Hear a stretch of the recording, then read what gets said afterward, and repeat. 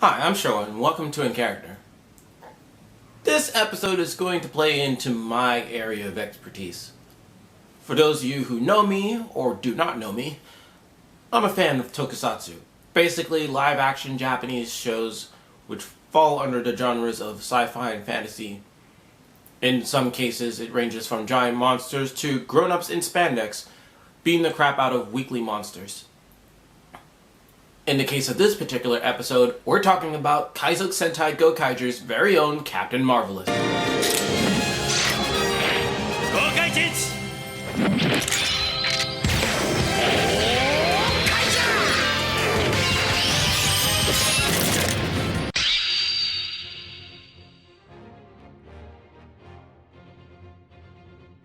Yes, Kaizoku Sentai Gokaiger, the 35th entry in the long-lived Super Sentai series. As such, it commemorated 35 years of one of Japan's most celebrated children's franchises. 5 young pirates pick up the slack of their predecessors and wreck all of Zangyak's shit, while at the same time search for the greatest treasure in the universe. Spoiler warning, it's actually about Captain Marvelous trying to get the best damn curry he can find in Japan. It's a great series to watch for fans of different generations of the fandom. Whether you're a veteran fan or new to it, there's something for everyone with this show. Just don't make it your first series if you want to know what's going on.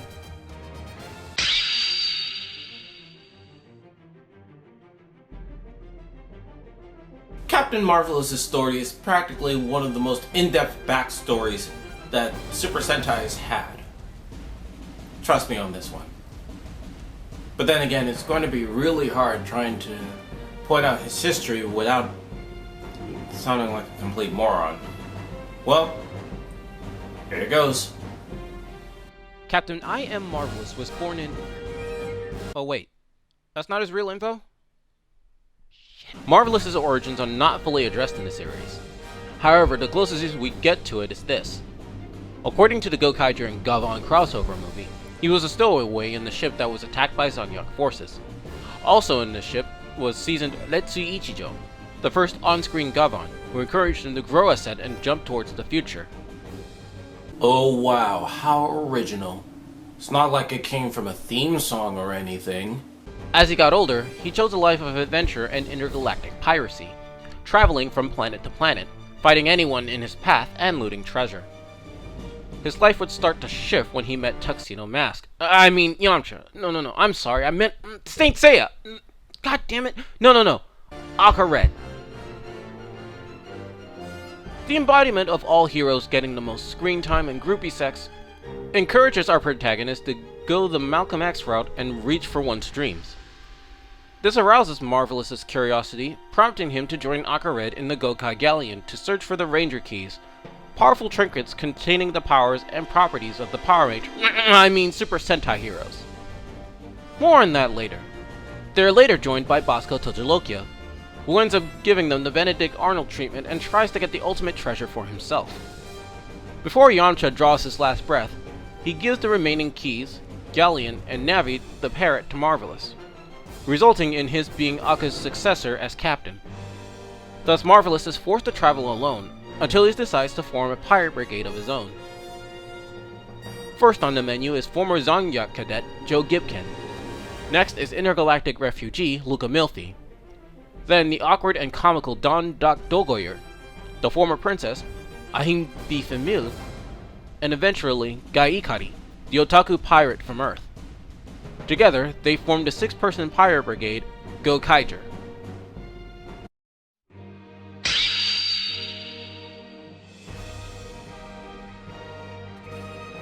Some of Marvelous's notable traits are somewhat common for a lot of Red Sentai heroes. He's very tenacious and will see things through the bitter end.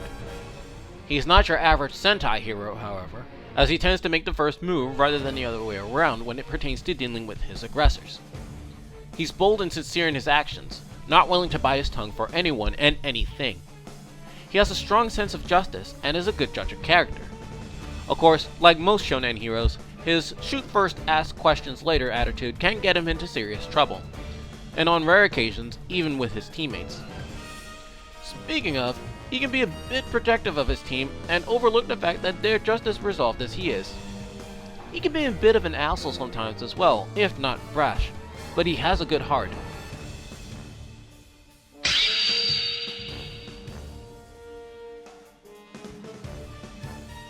Marvelous on his own is more than just some garden variety pirate. Though as with any pirate, he or she must not only have a keen eye for hunting treasure, but must also know how to fight. Surprisingly enough, Marvelous is shown to be super strong. In episode 8, for example, he wears a golden bracelet while playing darts. Further evidence is in episode 12 when he pulled a powerful reinforced transmitter off of Joe's neck, which I hear is very, very hard to break. Backtracking to episode 3, he chugged Don Dark Dogorier through a flame with no effort. At best, he's a brawler, mowing down enemies with a balance of speed, strength, and agility. Even though he can match more skilled fighters, he's fairly sloppy.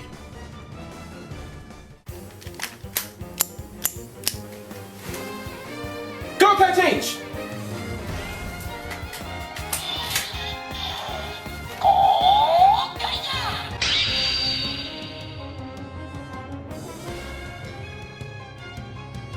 When Marvelous and his comrades use their Mobirots and Ranger keys, they become the titular pirate brigade.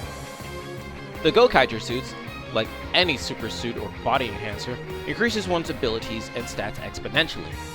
However, since the tech is magic as well, it's kinda hard to actually define. What we can tell you is this: when it comes to this stellar GokaiRed transformation, it's painfully bare bones. Which is really sad, to tell you the truth.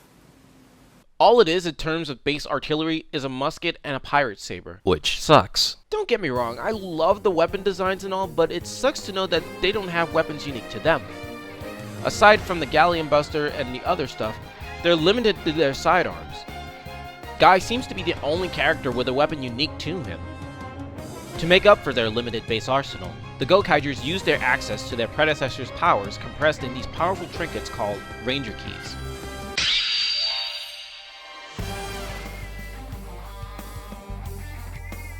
Forged by GokaiRed, these contain the powers and abilities of the 34 hero teams from Go Ranger to Go Sager.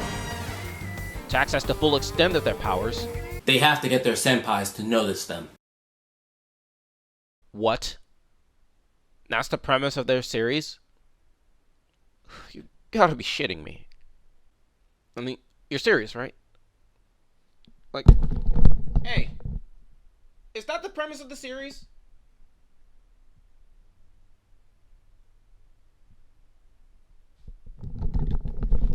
Alright, Ugu then. Anyway, this allows them to access the grand powers. They range from mech upgrades to new weapons like Gokai Galleon Buster and Go Jujin. The primary use of the keys is mainly for transforming into their respected heroes. Red is the most consistent of the set of keys contained. Though in the case of Marvelous, it seems that his most favorite key to use is the Shinkenger's Ranger key. Shinkenger's power draws from the special power called Mojikara, which uses kanji symbols to increase one's abilities and grant new powers to them. They're also dictated by special discs that give them access to weapons. In Red's case, his weaponry ranges from Shinken Maru, Shinkenger's sidearms, the large Rekka Daizanto, a big buster sword that doubles for a cannon, and Hyper Mode via the Hyper Disc.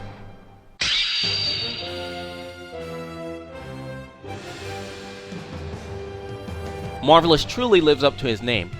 He has survived Zonyak's attack at a very young age, won the approval of his predecessors with his team to access the grand powers, survived a blazing ring of fire casted by GokaiRed Kaizoku in episode 3, tanked a shot to the arm in episode 14, overcame his fears by fighting Kaido head-on in the Jetman episode, fought Gavan Bootleg to a standstill in the crossover movie, took a slash to the back in episode 11, shot down Walt's Gil and Barryzorg in the same episode, broke off Joe's neck transmitter with his bare hands in episode 12, ripped out the heart of Yomi from Ryuon in the Bokenger episode in a similar fashion, chewed out Mahalkin in the two-part Go-Onger episode, and commandeered the Gigaed Horse, shooting down the entire Second Fleet in the final episode. Marvelous is portrayed by actor and radio DJ Ryota Ozawa, particularly one of the coolest actors to play a red hero. Originally, Yutaka Kobayashi was supposed to take on the role but declined, only to play Kaito Kumon in Kamen Rider Gaim. Both shows share the exact same composer, Kosuke Yamashita. Ozawa also shares the same birthday as Kamen Rider and Super Sentai originator and mangaka Shotaro Ishinomori. What makes him such a cool character in my book is his go-getter attitude and his shoot first, ask questions later personality. He's very devil may care, he's very cool, and he's basically one of the characters that I love cosplaying at conventions. He's the kind of character that I really enjoy. And I really hope we get to see more of that in later Sentai series. Sadly, we're gonna have to end it right here. But, with that said, what character in fiction would you like me to tackle in character? Drop a comment below, and be sure to like and subscribe if you want more in-character episodes, or anything from me, whether it be Sherwood Plays, Wildcard Fighter, or even the history of Harry Potter. This is Show 60 signing off. Ja ne!